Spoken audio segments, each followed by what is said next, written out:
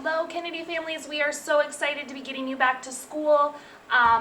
As we are approaching that first orientation day, we are going to go over some of the things that might look different and just put your mind at ease with what school will look like right now and possibly the rest of the year. I have a few different slides that will explain specific things, so we will get through those. And then at the end, if you have any questions, please feel free to let me know. I will answer them to the best of my ability, and if I don't know the answer, I will find the answer out and get back to you right away. All right, first and foremost, safety measures. As you know, we are approaching a school year that's going to look different than any other we've been in. And one of the things we really have to focus on is mask wearing. We are to wear our masks every day, all day, covering our nose and under our chin. They have to fit nicely to our face. And we are asking, if you have reusable masks, definitely you can use those. Just we ask that you wash them regularly. It's not good to be wearing a dirty mask. It could have germs. There's lots of things that go with that, as I'm sure you know. The other option is a disposable paper style mask like you would see at the doctor's office. Either is fine. We do recommend possibly bringing a few of them to school with you each day in a Ziploc baggie. Just leave them in your backpack. That way, if something were to happen to the one you're wearing, you have a backup. Unfortunately, gaiters and face shields are not allowed per the district's decision and the guidelines we are following, so it will need to be a fitted face mask. We will be following social distancing. That means when we are walking in a line outside, when we are in the classroom, we will be socially distanced. The desks are all about 6 feet apart. There are stars outside. Those are all about 6 feet apart. We've done a really good job carefully measuring everything to make sure we are following all rules. And we will maintain that social distancing throughout all of the activities we do here on a daily basis. Hand washing and sanitizing will be something we do regularly. We have one sanitizing station built into the wall in our classroom, and we have our sink with our soap.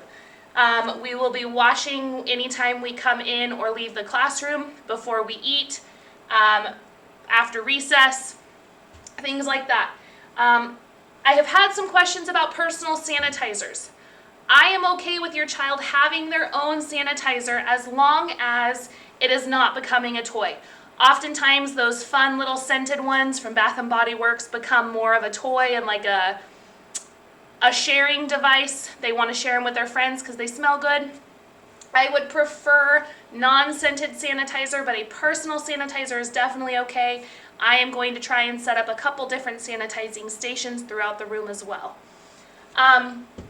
One thing we are asking is, please, if your child is not feeling well, just let them stay home and rest. Err on the side of caution. As soon as they're feeling better, they are welcome to come back, but if they are feeling under the weather, let them stay home and rest until they're feeling 100%. All right, our daily overview. One thing that'll give us a slice of normalcy. School runs normal 7:50 to 2:35.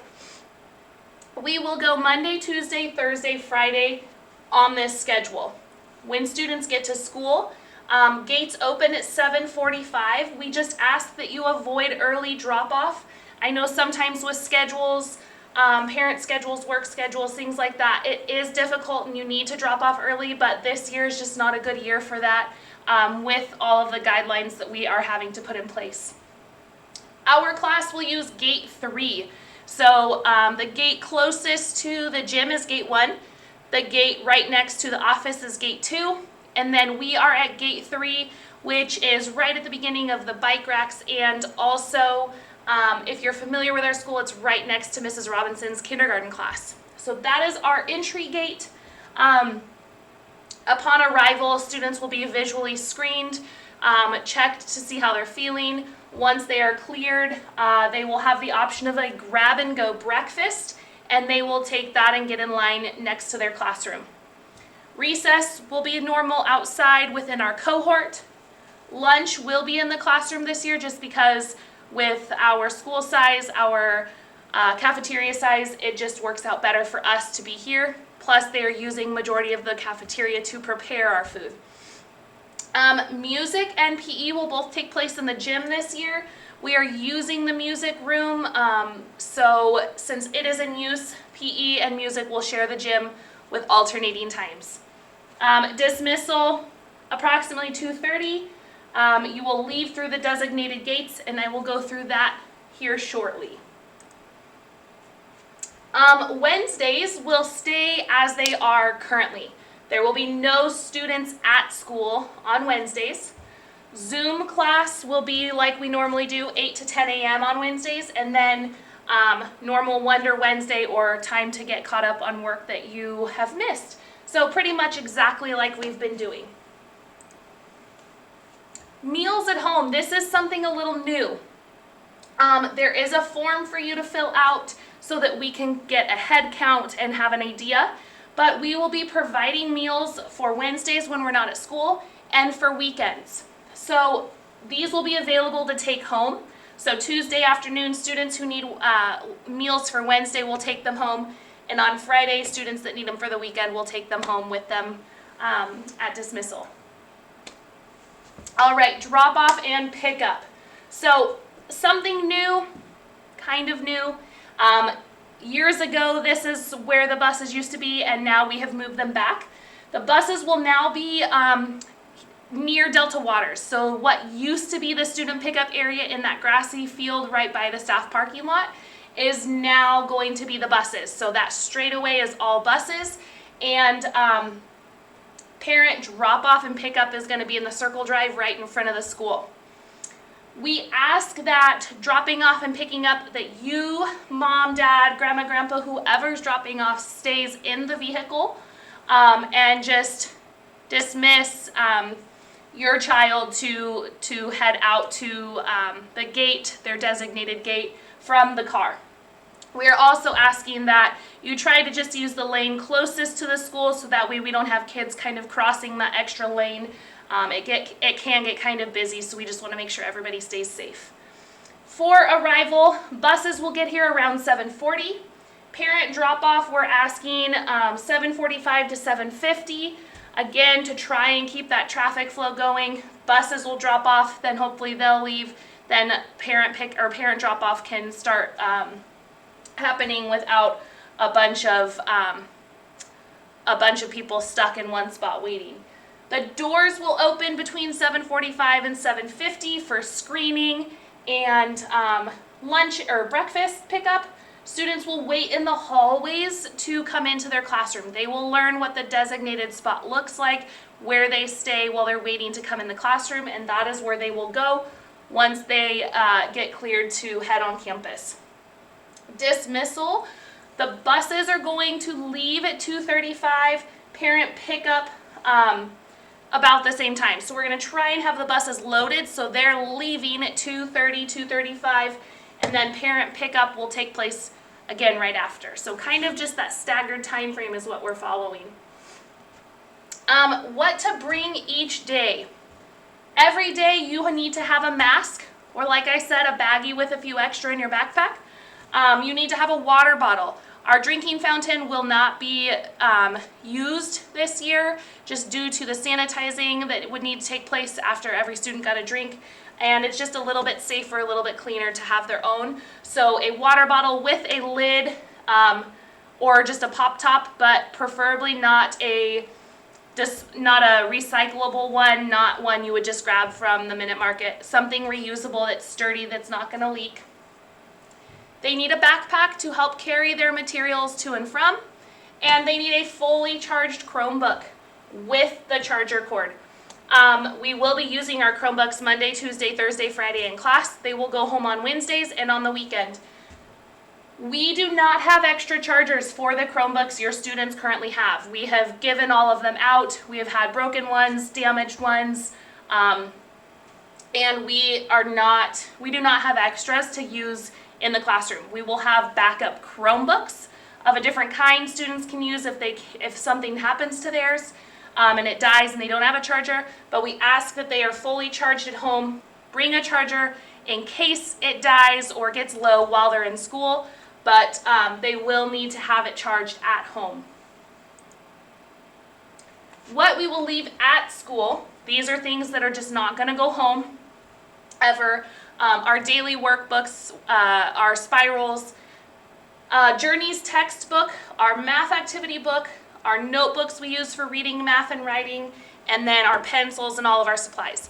The school generously purchased school supplies for all of the students based on their grade level and the needs. So your kiddos will have a pencil box, pencils, glue, scissors, they'll have coloring supplies, they'll have some spiral notebooks, they'll have everything they need as far as materials to get through the day.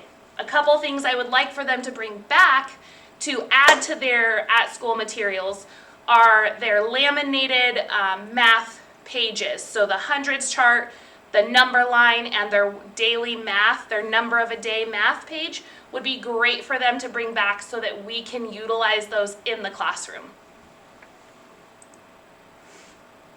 All right, the next hot topic is how are we going to fit all the kids in the classroom socially distanced? And we have currently 19 students in our class, but as we know, that could change.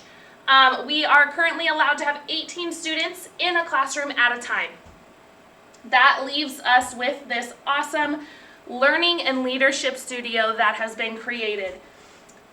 This will consist of small group rotations throughout the day, and each student will spend most of their classroom time, most of their day in the classroom. So every rotation, a couple kiddos will get to go to the learning and leadership studio, and then a couple will come back. So we'll just kind of have a rotation going, similar to what we did last year before the closure when we would do ATI groups and small group work. Very similar, just kind of a different process now. But still some small group time, just so that we can keep ourselves in that compliant number of 18 students per classroom.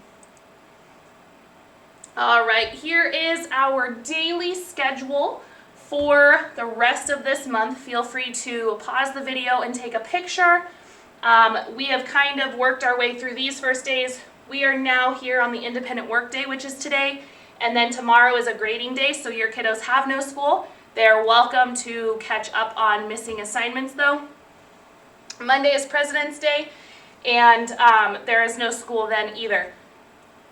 Tuesday, the 16th, is our very first orientation day. That will follow our full day schedule that I mentioned a couple slides back. 7:50 to 2:35. Your child, if their last name begins with A through L, will be here on Tuesday, and we will go through a full day. They will get to see what it's like in the classroom. They'll get to have an idea of what going through the day right now will look like. Wednesday and Thursday we will be online like normal, and Friday will be the second day of orientation for last names M through Z. Again, full day run through 7:50 to 2:35, just to get everybody to have a feel for what it looks like just with a smaller number of kids on campus so it's not as overwhelming. The 22nd, 23rd, 24th we will be online, and then the 25th, which is a Thursday, we will start our first full day in class with everybody. So Thursday the 25th will begin day one of school. We will go Friday and then continue a normal schedule the following week, Monday, Tuesday, Thursday, Friday, with Wednesdays being online practice with Zoom, and Wonder Wednesday, extra time to get caught up. All right, so I had mentioned the meals for the weekend and for Wednesdays when we're not at school. Student dismissal, meals for home, bus service registration, and community COVID agreement are all forms we need to have parents fill out. I have created a page in Canvas where you can go and click on each link to get them filled out. And the sooner you can do that, the better, so we can start to get a head count of where we're at and have an idea of what we need to do to prepare further. All right, this is our list of kiddos that get to come Tuesday the 16th. We have Jack and Mia, we have Madison, Micah, Brooklyn and Nikolai, Michael, Mackenzie, Charlie, Kelsey, and Liliana. And Friday, the 19th, we have Brennan, Trustin, Maddox, Addison, Savannah, Riker, Adam, and Leela. All right, friends, I think that is it. Hopefully I covered everything and answered your questions. If there is something I did not answer, please let me know. Send me a dojo message, send me a message on Canvas. I will gladly get back to you as soon as possible. I think, like I said, I've covered it all, but please let me know if you have any further questions. I am so excited to get you guys back on campus. I'm busy finishing up the classroom, getting everything set up so that we are ready to have you here on Tuesday. Have a great day, friends.